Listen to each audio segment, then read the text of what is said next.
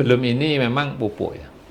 Pupuk ya. Pupuk, alhamdulillah saya melihat sudah agak terselesaikan. Okay. Sekarang ini yang mulai dikeluhkan masyarakat ini, yang pertama itu harga padi, harga beras, harga padi ya. Harga padi ini ya harus sudah. Kalau Pak Presiden 6.500 per kilo ya itu harus sebetulnya. Nah, walaupun masih banyak kenyataannya tidak sampai itu. Ya. Pemerintah pusat ini harus konsekuen untuk tidak impor. Ya. Jadi kalau memang kita mau swasembada pangan, ya sudah memang di stop ini memang. Permainan-permainan impor di stop. Nah, yang kedua bantuan-bantuan seperti Al-Sintan yang agak besar, agak modern itu juga secepatnya diturunkan ke Jawa Timur.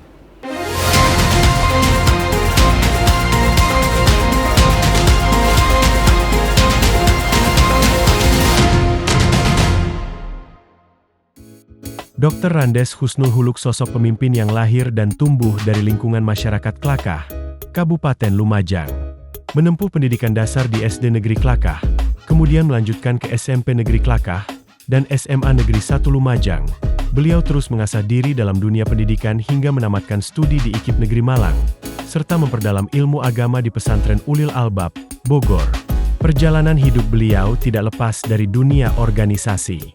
Sejak muda, beliau telah aktif sebagai Ketua Remaja Islam Klakah, dan kemudian dipercaya menjadi Sekretaris MWC NU Klakah, serta Sekretaris Senat Mahasiswa FIP IKIP Malang.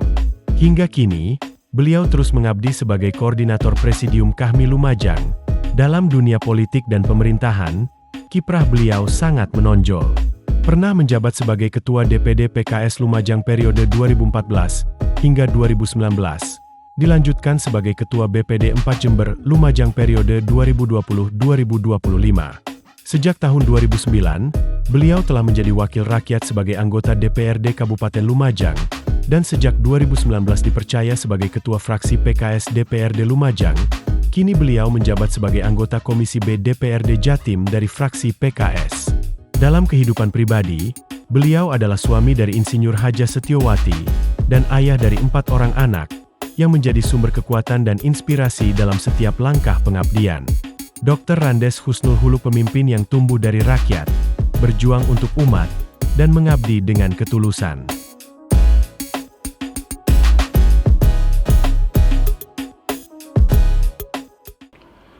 Assalamualaikum warahmatullahi wabarakatuh. Salam sejahtera untuk kita semuanya. Tribuners, bertemu lagi dengan saya, Mujib Anwar, jurnalis senior Harian Surya Tribun Network, dalam acara yang selalu ditunggu-tunggu, podcast DPRD Jawa Timur, Gebrakan Wakil Rakyat. Tribuners, padi merupakan salah satu komoditas pertanian yang paling penting di Indonesia. Karena padi menjadi sumber pangan utama. Dari masa tanam hingga panen, proses pertanian padi melibatkan banyak aspek yang perlu dipahami dengan baik oleh para petani. Mulai intensifikasi pertanian maupun ekstensifikasi pertanian, hingga pemanfaatan teknologi dan informasi. Tujuannya tentu agar produktivitas gabah petani meningkat. Kualitasnya juga baik dan harganya ketika dijual juga tinggi. Terlebih untuk Jawa Timur yang menjadi backbone atau penyangga pangan nasional. Jika semua itu dapat dilakukan, tentu harapannya kesejahteraan petani tidak hanya menjadi slogan belaka. Untuk itu, Tribuners, di podcast kali ini kita akan mengangkat tema pentingnya silabus pertanian untuk meningkatkan produksi gabah berkualitas di Jawa Timur. Guna mengulas tema yang sangat menarik tersebut, sudah hadir bersama kita Bapak Husnul Khuluq Nggih. atau yang akrab disapa Abah Husnul.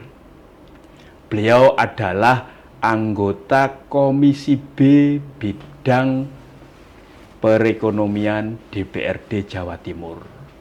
Abah Husnul Khuluq ini berasal dari anggota fraksi PKS atau Partai Keadilan Sejahtera. Kita sapa beliau. Assalamualaikum, Bah. Waalaikumsalam warahmatullahi wabarakatuh. Bah, ini terima kasih di sela-sela kesibukannya yang luar biasa, bahkan tadi sempat mengikuti sidang paripurna. Abah Husnul menyempatkan hadir di podcast Gebrakan Wakil Rakyat ini. Bah, bisa dijelaskan, Bah, Abah Husnul ini kan pelaku ya, petani lah, petani. Kan, seperti itu, petani yang di dapilnya Abah kan, Jatim 5 ya, Pak? Jatim 5. Yang wilayah Jember Lumajang. Bah, apa sih sebenarnya tantangan utama yang dihadapi petani di Jawa Timur saat ini, Pak? Oke. Jadi karena saya ini berasal dari keluarga petani, Mas. Oke. Sehingga tahu betul bagaimana kondisi petani. Petani ini kayaknya kayak nggak punya arah gitu ya. Nanam cabai ketika panen harganya jatuh, nanam tomat jatuh. Terus katanya orang suruh namen palawija ini kacang-kacangan, ya ketika panen hancur. Kalau padi itu kan kalau di tempat saya setahun itu hanya sekali, karena memang ada hujan. Ada yang maksimal 2 kali itu ya setelah dihitung-hitung dengan biayanya juga berat. Sehingga saya melihat generasi-generasi seangkatan saya itu banyak meninggalkan pertanian. Jadi mending sawahnya itu dijual untuk usaha. Karena memang berat untuk bertahan hidup itu kalau misalnya punya 1 hektar untuk bertahan hidup itu berat untuk di tempat saya itu. Makanya alhamdulillah saya ditempatkan di Komisi B yang salah satu mitranya adalah pertanian. Dinas Pertanian. Nah, ini kan seringkali disampaikan bahkan saat ini soal ketahanan pangan, swasembada pangan, bahkan di ujung kedaulatan pangan ini kan menjadi program prioritas pemerintahan saat ini ya. Betul. Nah, gimana ini?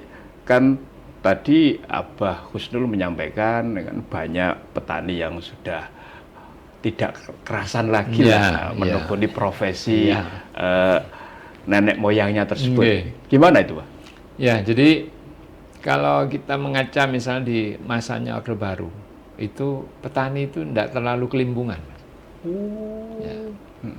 Karena saya mengalami juga ya, ketika orang butuh pupuk, gampang saja. Nah, tetapi era-era sebelum Pak Prabowo ini kan di mana-mana orang menjerit pupuk langka. Kalau mahal juga kalau yang non subsidi ya. Ya, walaupun yang subsidi itu kan dijual di atas harga ecerannya. Alhamdulillah sekarang ini sudah mulai tertata ya. Di masanya Pak Prabowo ini saya melihat sudah mulai tertata terkait dengan pupuk subsidi. Itu sudah mulai tertata. Dan alhamdulillah Jawa Timur ini sudah menjadi buffer stok nasional. Tentu ini membanggakan lah ya. Ada harapan secercah dari petani itu. Apalagi Pak Prabowo pernah menyampaikan harga kering gabah itu harus di angka 6.500. Kunci di angka itu ya. Kalau itu memang dijalankan makmur petani, makmur petani. Saya rasa makmur sekali. Ya, karena dihitung-hitung ya bisa di angka 10 juta lah lebih ya, per hektarnya itu.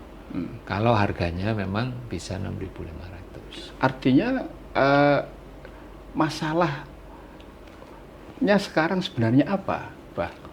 Ya yang sampai sekarang ya, detik ini yang tidak terselesaikan itu sebetulnya ya di harga gabahnya. Harga GKG ya, gabah kering giling ya. Ya, itu yang masih belum ya. Karena kalau ke Bulog itu ada apa ya? mekanisme yang cukup bulat bagi masyarakat. Masyarakat ini kan maunya panen sekarang ya langsung dapat uang sekarang.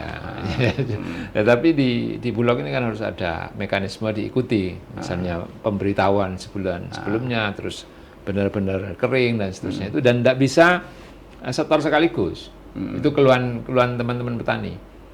Jadi dia mau ditaruh di mana? Mau ditaruh di rumah nggak mungkin. Ya. Gabah sebanyak itu misalnya. Sehingga ya udah, kalau ada yang mau ngambil misalnya harga 5.500 ya dijual sudah. Oh gitu ya. Ya. Tergantung nanti rendemennya Pak. Kekeringannya terus harganya.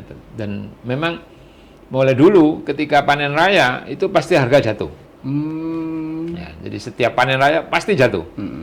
Ya, ini yang diantisipasi oleh pemerintah sekarang ini, semoga saja benar ya. Kalau saya melihat kan memang ini salah satu dampak permainan importir. Ya. Jadi ketika musim panen impor, maka sudah barang tentu kebutuhan terhadap beras ini rendah orang. Ngapain beli beras yang agak mahal, yang murah ada. Ketika beras tidak laku, kurang diminati masyarakat, tentu dampaknya ke harga gabah. Ya, Bah, salah satu yang menjadi tolak ukur bahwa petani kita, misalkan dalam hal ini petani padi itu sejahtera kan soal produktivitas. Artinya produksi gabah kering gilingnya itu loh kan, seperti itu. Nah, kalau bagi Abah Husnul ini gimana Pak soal produksi padi kita? Padi ya. Jadi memang ini dimulai dari pembibitannya. Jadi pemerintah ini harus menyiapkan bibit yang bagus, sehingga dan harganya terjangkau. Kenapa masyarakat tidak ngambil bibit yang bagus? Karena harganya menurut mereka tidak terjangkau. Artinya untuk mendapatkan bibit unggul itu harganya mahal gitu. Sehingga dia nanam sekarang, dia ngambil menyisihkan untuk ditanam lagi. Sudah F2, F3 ya, karena memang itu. Nah, yang di samping bibit ini nanti juga ada penyuluhan.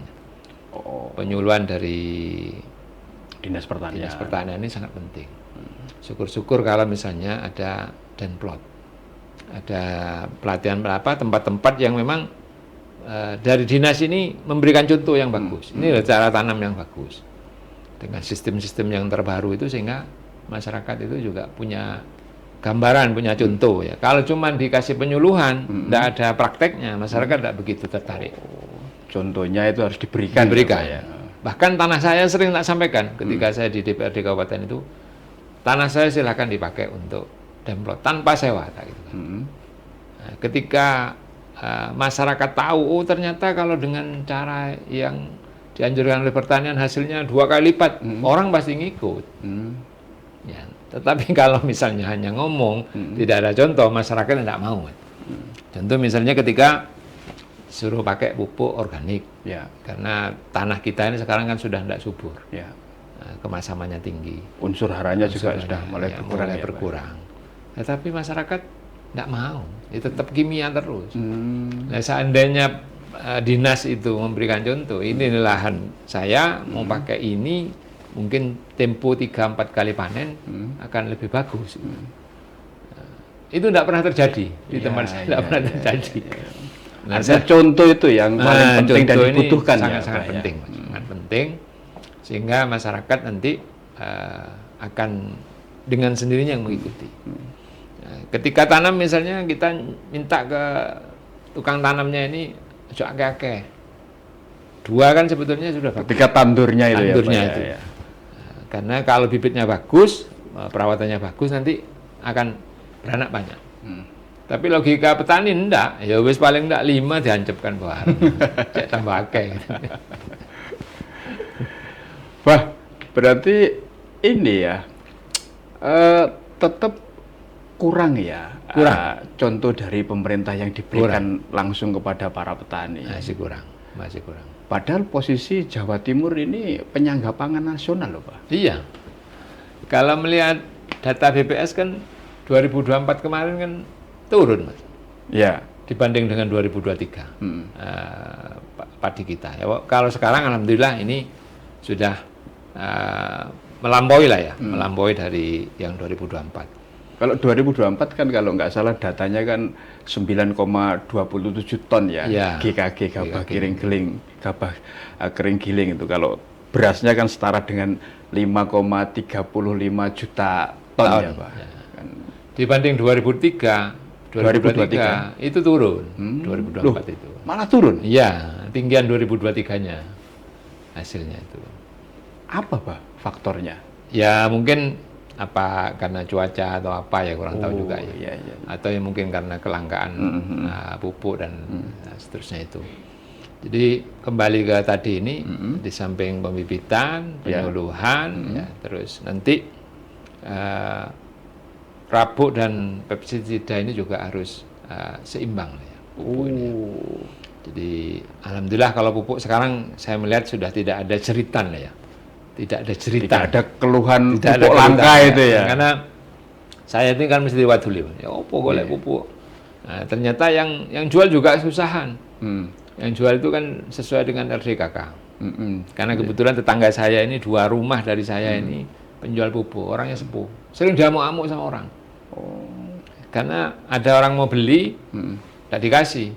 Sementara dia masukkan ke sepeda motor, loh, iki kok oleh? Loh, iki anu Pak, ono daftare. Dan seterusnya itu mesti bertengkar orang, orang bertengkar. Sehingga sekarang dia berhenti. Aku kapok wis tak dodolan lapuk wis diamuk iki dan seterusnya, terus apa persyaratan administrasinya jelimet.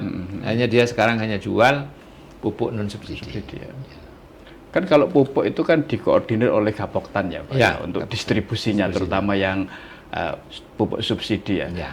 Tapi Abah Husnul ini kan dari keluarga petani, Ya. kan dapilnya itu kan juga wilayah pertanian. Ya. Nah, ketika turun ke dapil, Pak, Ya. Sambang konstituen, itu apa sih, Pak? Apa namanya aspirasi, keluhan yang paling sering disampaikan oleh masyarakat di dapilnya Abah Husnul ini di Iya. sektor pertanian? Kalau sebelum ini memang pupuk ya. Pupuk ya. Pupuk, alhamdulillah saya melihat sudah agak terselesaikan. Nggih. Sekarang ini yang mulai dikeluhkan masyarakat ini yang pertama itu harga padi, harga beras, harga padi ya.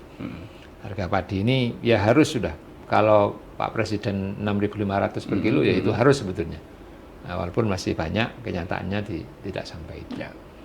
Nah, yang berikutnya ini terkait dengan alat baik alsintannya itu tidak merata. Karena Maksudnya alat yang apa namanya bantuan dari pemerintah? bantuan dari atau pemerintah, seperti apa? ya, bantuan dari pemerintah. Jadi bantuan pemerintah ini kan melalui Gapoktan, Nggih. kelompok tani. Ya. Ya. Kelompok tani ini kalau saya melihat kan bentukannya mulai zaman Orde Baru. Sehingga kalau menurut saya itu harus ada permajaan, regenerasi. Karena memang mentalnya mental yang kurang bagus. Sehingga kalau misalnya dia dapat bantuan hand traktor, aturannya kalau untuk kelompok ya paling tidak ada diskon lah.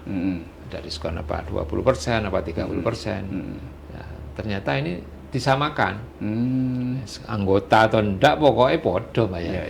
Sehingga masyarakat menganggap opo gunanya aku melok Gapoktan ya, kalau tidak ada diskon dan lain sebagainya. Nah, yang berikutnya itu terkait dengan jaringan irigasinya. Jaringan irigasi. Jaringan irigasi ini kan banyak peninggalan zaman Belanda, Mas. Ya. Baik yang tersier maupun yang sekunder. Ya. Itu banyak tangan Belanda sehingga air itu banyak yang kebuang. Karena sudah banyak rusak ya. Iya. Karena sudah banyak rusak, airnya terbuang. Ya kalau dulu mungkin sawahnya itu hanya 5 hektar, sekarang kan mungkin agak nambah ya, 6 hektar, 7 hektar. Nah, sementara air itu berkurang. Iya. Mata air di mana-mana itu kan berkurang. Sehingga kalau masyarakat biasanya minta melalui pokir saya itu, Pak tolong irigasinya diperbaiki. Itu termasuk jalan usaha taninya itu juga penting. Infrastrukturnya. Ya. Biar dia tidak terlalu banyak ngangkut. Jadi kalau misalnya pickup bisa masuk atau becak bisa masuk itu kan sudah motong biaya untuk transportasinya. Daripada harus dipanggul orang itu kan mahal, Mas. Dan jarang sekarang orang mau manggul. Orang Pakai ini ya? Iya, pakai motor, sudah ya. trail itu ya. Nah. Nah, itu kalau jalannya bagus, kebantu juga, Mas. Artinya aspirasi seperti itu kan sering kan, bahkan selalu kan Selalu, disampaikan oleh para selalu, petani. iya. Tapi kok sampai sekarang kan tetap disampaikan saja. Ya. Sebenarnya apa yang yang kurang bahkan tidak ya dipenuhi atas aspirasi pokok dari para petani tersebut, Pak? Ya. Jadi saya berharap ketika saya masuk ke provinsi ini bisa banyak membantu dengan Pokir itu. Ya. Ternyata anggaran sekarang ini karena efisiensi itu luar biasa. Oh, berdampak ya, Pak? Berdampak ya. Jadi berdampak juga ke Pokirnya anggota DPR. Oke. Kalau saya melihat di anggaran itu tahun 2024 terkait dengan di pertanian ini, khususnya masalah di perpadian ini, itu sampai 320 miliar. 320 miliar. Ya, tapi sekarang Ini khusus hanya yang di sektor padi ya? Padi ya. Padi ya. Baik pra maupun paskanya dan seterusnya itu sekitar itu. Ternyata sekarang ini hanya di angka 9 miliar. Dari 320. Langsung ke 9. Jadi agak berat ini memang. Agak berat untuk memenuhi permintaan masyarakat ini. Walaupun dari pusat ya ada lah ya program DAK, Podhaud dan seterusnya itu ada. Saya melihat sudah banyak juga seperti pompa-pompa tenaga surya itu saya melihat di Lumajang itu banyak. Abah Husnul, di saat sekarang ini sektor pertanian itu dijadikan sebagai salah satu program utama ya. Untuk mandiri di bidang pangan. Ya, kan, seperti itu. Di satu sisi tadi di Jatim saja kan anggarannya berkurang kan, karena ada efisiensi. Lah, sementara target produksi dinaikkan kan, seperti itu. Gimana ketemunya ini logika ini? Ya, saya kemarin juga diwawancara oleh beberapa media ya. Kalau saya sih sebagai bagian dari koalisi pemerintah ini optimis saja, Pak. Optimis saja untuk bisa mencapai yang Jawa Timur kan ditarget 12 ton ya. 12 juta ton. Dengan catatan tadi pemerintah pusat ini harus konsekuen untuk tidak impor. Ya. Jadi kalau memang kita mau swasembada pangan, ya sudah memang di stop ini memang. Permainan-permainan impor di stop. Nah, yang kedua bantuan-bantuan seperti Alsintan yang agak besar, agak modern itu juga secepatnya diturunkan ke Jawa Timur. Ya, jadi kayak panen, traktor yang besar dan seterusnya itu ada sebagian daerah yang memang itu butuh. Tapi juga ada sebagian daerah tidak butuh. Karena memang pertanian kita ini kan tidak seperti di luar negeri. Ya, yang berikutnya saya menginginkan ada campur tangan pemerintah ini hadir ya. Saya melihat kehadirannya ini masih sangat kurang. Oh, apa, Bah? Menurut hemat Abah Husnul, wujud kehadiran pemerintah di sektor pertanian ini? Ya tadi, masa tanam itu harus disepakati. Oh, siklusnya? Siklusnya. Jadi ada kelompok tani ini kan ya. Nah, kalau misalnya pemerintah mohon para petani mulai Agustus tanam, start. Sehingga bisa sebarang semua. Ketika mau ada alat berat, alat modern ini masuk, bisa.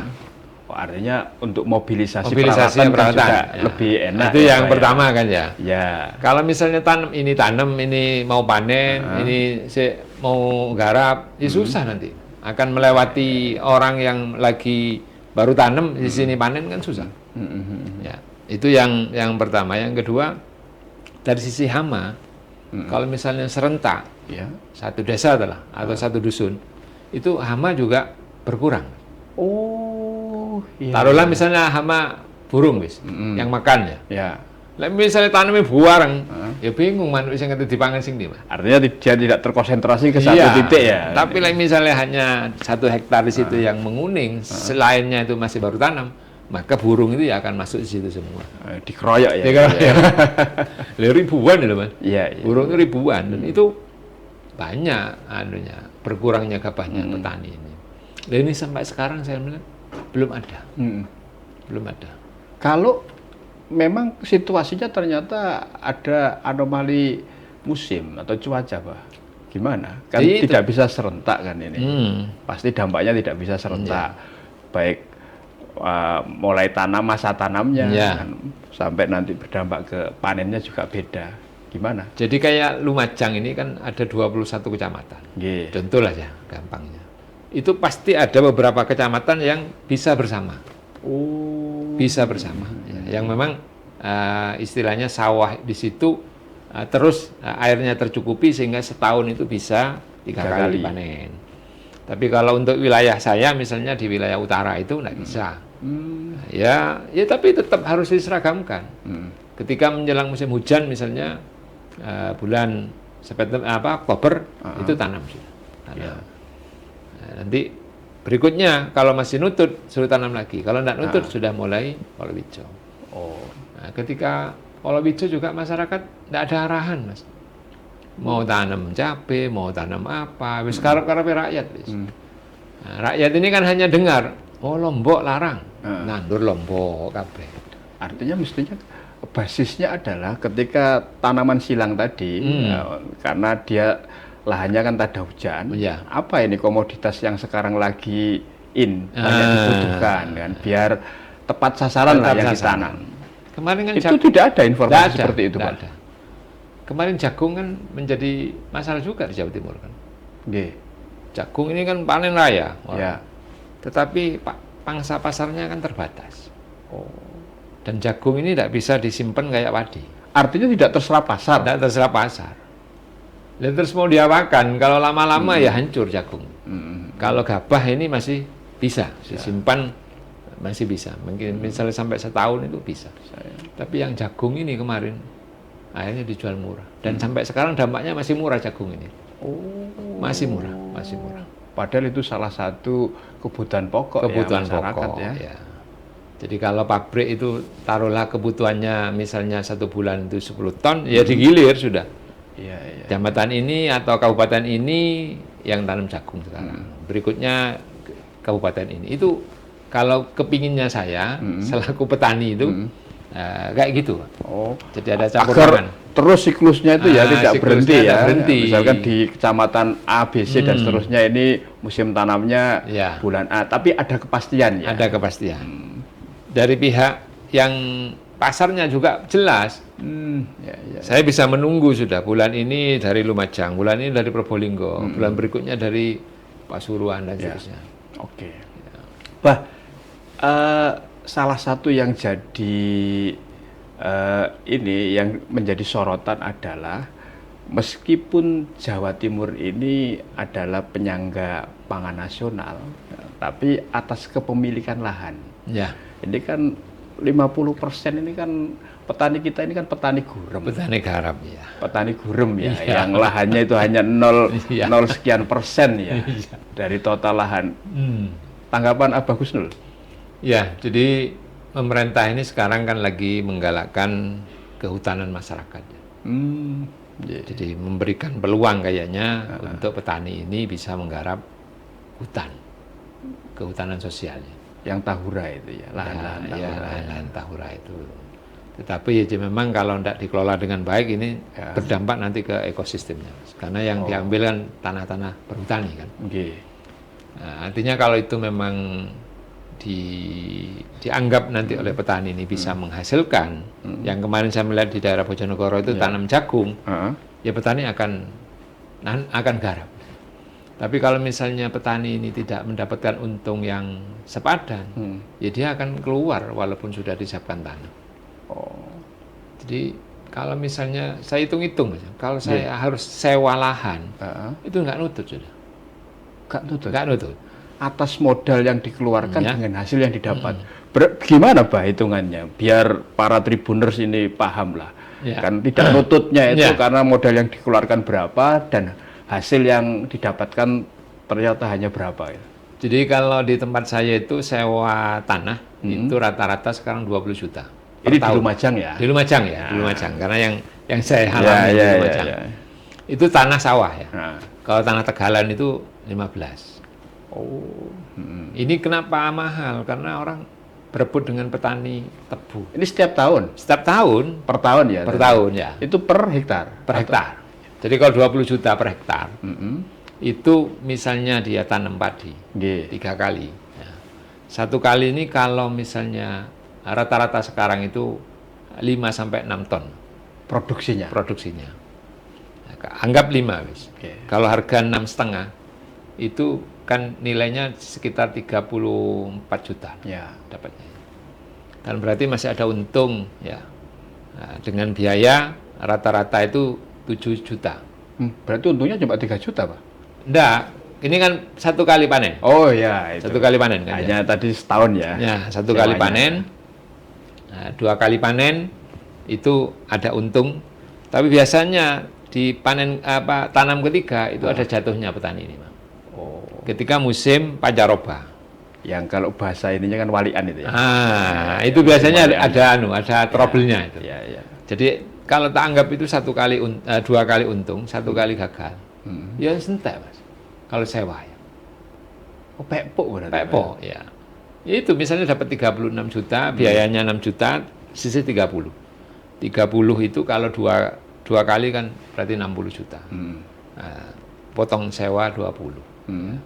Terus masih ada lagi nanti lain-lainnya, ya menipis sekali. Itu kalau harga 6. Kalau dapatnya 5 ton. Pengalaman di teman saya itu berat. Rata-rata berapa, Pak? Dapatnya itu rata-rata? Rata-rata kalau di teman saya itu 4,5 lah. Itu maksimal sudah. 4,5 ton 1 hektarnya. Tetapi kalau teman-teman dinas pertanian itu memang kalau laporan target itu 6 sampai 7 ton per hektar. Ya kalau sampai 7 ton banyak hasilnya, Mas. Banyak hasilnya. Tapi kok seringkali by data ya? Itu kan penghasilan petani yang gurem itu setiap tahun itu rata-rata 5,23 juta, Pak. Ya. Artinya keuntungan yang didapat itu selama setahun ya segitu kan, Iya. seperti itu. Mungkin ini jauh lah dari UMK, karena UMK itu kan dibayarkan bulanan. Sementara ini tahunan. Iya. Kenapa para petani kita tetap ya bertahan. Meskipun tadi ya penghasilannya itu cuma 5,23 juta setahun. Ya.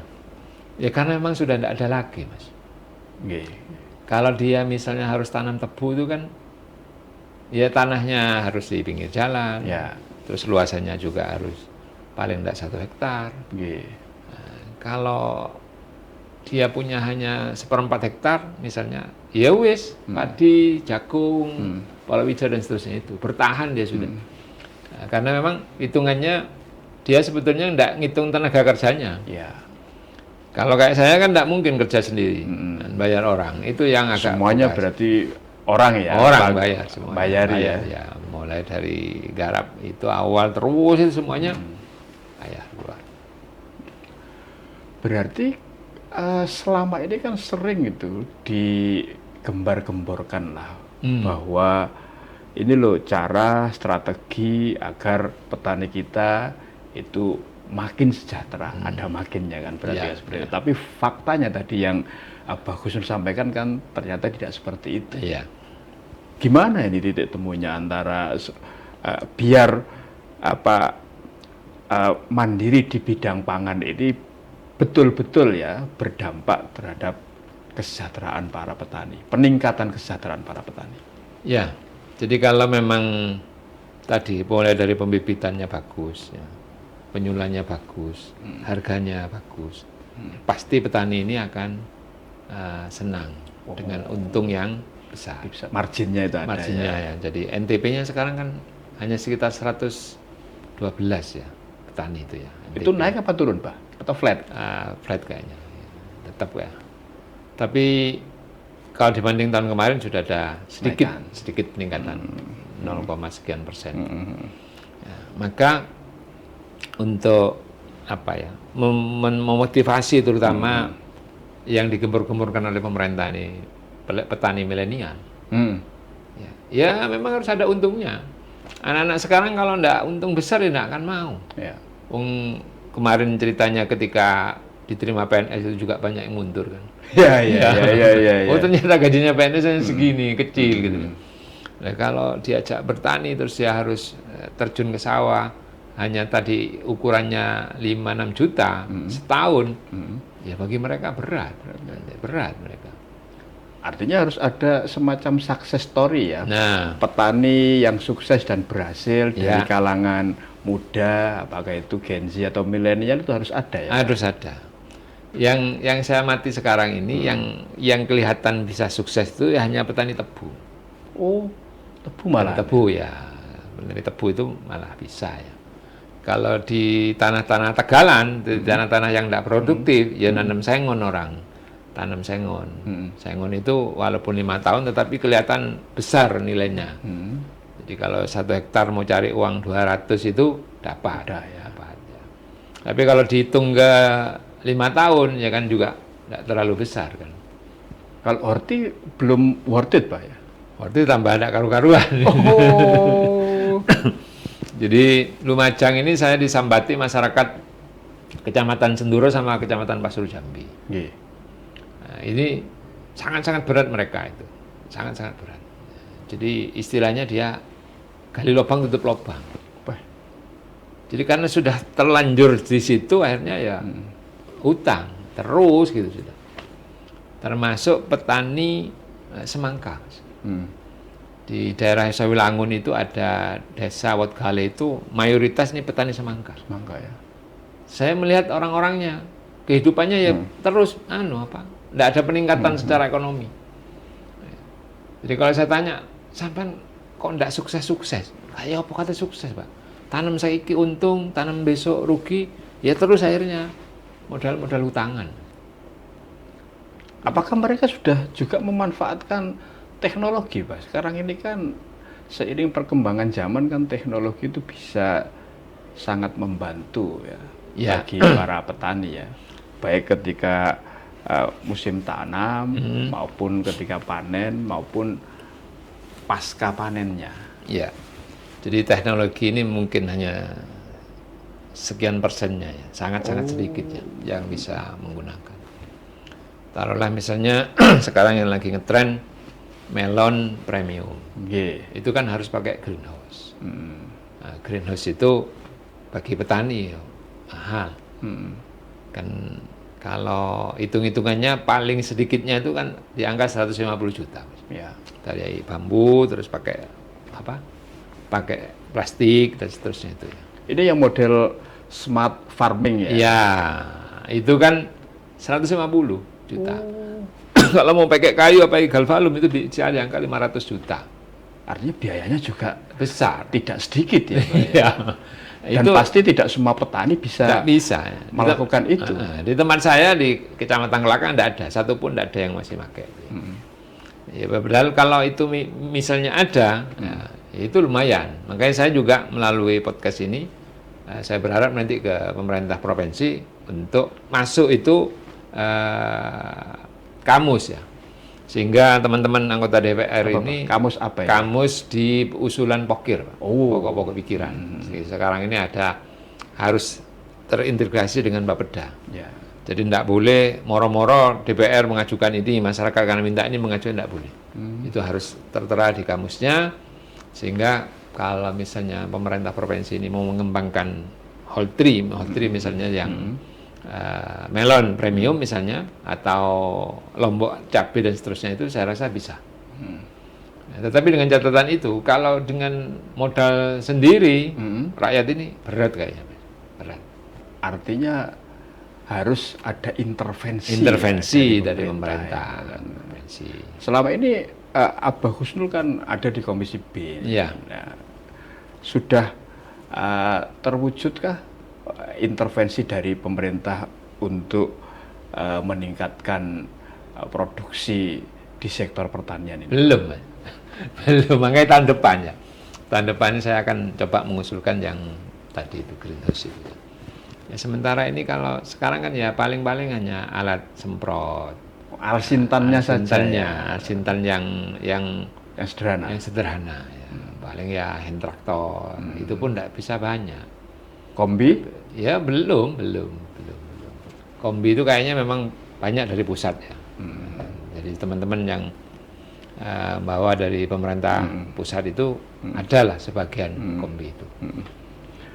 Bah, kalau berarti atas itu, Pak, apa ini saran, pesan, dan harapan dari Abah Kusnul ya agar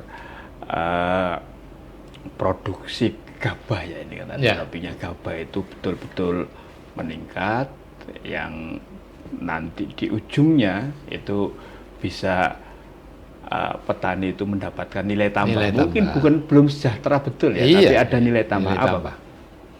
Ya, jadi kalau saya ini kan melihat kinerjanya Pak Menteri sekarang ini pertanian ya, Pak Amran Sulaiman. Pak Amran Sulaiman itu bagus, Pak. Karena saya, teman-teman Komisi B pernah ke kementerian, ternyata memang tidak akan pernah ngantor di situ. Menteri. Jadi ngantornya di luar. Di luar. Dan gebrakannya juga bagus. Ketika ada kios jual pupuk di atas HIT, itu juga akan ditindak dan seterusnya. Maka ya ke bawahnya harus seirama. Jadi pemerintahan provinsi melalui dinas pertanian, di kabupaten ada dinas pertanian, ya semuanya bergerak untuk memajukan ini. Jangan sampai hanya berpikiran siapa aku gajian PNS kan segitu. Ya. Walaupun nanti dia mau kerja kayak apa, tidak akan ditambah dan seterusnya. Maka kalau memang ingin ini benar-benar swasembada pangan terlaksana dan petani ini bisa ada tambahan kesejahteraan, ya monggo ini semuanya bisa bergerak. Termasuk kita yang di Dewan juga akan membantu. Juga membantu sebatas ya kemampuannya Dewan. Ya misalnya dengan pokirnya alat-alat yang mereka butuhkan atau infrastruktur apa yang mereka butuhkan, ya kita akan bantu. Tapi sebatas kecil lah kalau menurut saya ya Dewan itu. Nah, yang berikutnya memang ketika ada perusahaan-perusahaan benih ya. Ini yang kadang yang sering saya dapati keluhan masyarakat itu, walaupun dia beli benih yang mahal, itu tidak tumbuh semuanya. Jadi pengawasannya kayaknya memang perlu lebih dikuatkan ya terhadap balai-balai benih itu. Artinya ada yang busung ya ini? Ya, ada yang busung. Harusnya kan benih yang dari balai itu kan semuanya harus tumbuh. Apa mungkin 95% atau sekian. Apalagi judulnya bibit unggul. Bibit unggul. Dia belinya kan mahal. Nah, itu yang harapan berikutnya ya kelompok tani yang sudah ada ini, harapan saya ya kalau memang dia merasa sudah tidak mampu untuk bersama dengan petani, ya diberikan ke yang lebih mudah. Biar ada inovasi-inovasi ya. Jangan sampai menunggu mohon maaf sampai meninggal baru diganti. Rata-rata kan gitu. Jadi, tapi kan agak sulit, Pak. Apa namanya model pergantian tongkat estafet ini dari petani tua ke petani yang dengan generasi yang lebih muda. Ya makanya yang penyuluh-penyuluh ini sering memberikan arahan petani yang sudah mau ya, yang agak muda didorong untuk masuk aktif di pengurusan. Untuk regenerasinya. Barangkali dengan generasi-generasi baru ini bisa ada terobosan-terobosan. Kalau misalnya mereka yang lama-lama ini ya sudah berjalan begitu saja, tidak akan ada terobosan-terobosan. Oke, Bah, paling akhir Pak, apa ini closing statementnya untuk peningkatan produksi gabah di Jawa Timur? Ya, karena kita ini ada di negara agraris ya sudah barang tentu bagaimana benar-benar petani sejahtera. Jangan sampai istilahnya petani berjasi yang sejahtera. Sehingga harapannya memang pemerintah ini benar-benar hadir ya. Mulai dari pembibitan, pengaturan masa tanam, terus pupuk ini jangan sampai kekurangan dan kualitas pupuknya juga harus bagus. Ada keseimbangan antara kimia dan organik dan seterusnya itu. Yang paling penting juga itu nanti masalah harga. Jadi harga ini saya berharap benar-benar bisa sesuai dengan arahan Pak Presiden. Terjamin ya. Terjamin. Syukur-syukur nanti kalau misalnya sampai naik dari 6.500. Cuman dampaknya kalau misalnya harga gabah ini naik, harga berasnya akan naik. Ketika harga beras naik, masyarakat yang beli ini menjerit-jerit. Konsumennya. Jadi matematis. Kalau beras gabahnya ini murah, ya berasnya murah, yang konsumennya senang. Tapi kalau gabahnya ini di angka 6.500, saya rasa wajar lah dapat petani ini, walaupun tidak sejahtera tapi akan meningkat kesejahteraannya. Oke, Pak Gusnul, terima kasih sudah memberikan pencerahan lah bahwa banyak hal yang harus dilakukan ya untuk bisa lebih meningkatkan nilai tambah ya petani di Jawa Timur. Baik, Tribuners, terima kasih juga Anda semuanya, para pemirsa, terus setia menyaksikan Gebrakan Wakil Rakyat di podcast DPRD Jawa Timur. Jangan lupa selalu lihat channel YouTube Harian Surya Tribun Network, mata lokal menjangkau Indonesia. Saya Mujib Anwar undur diri.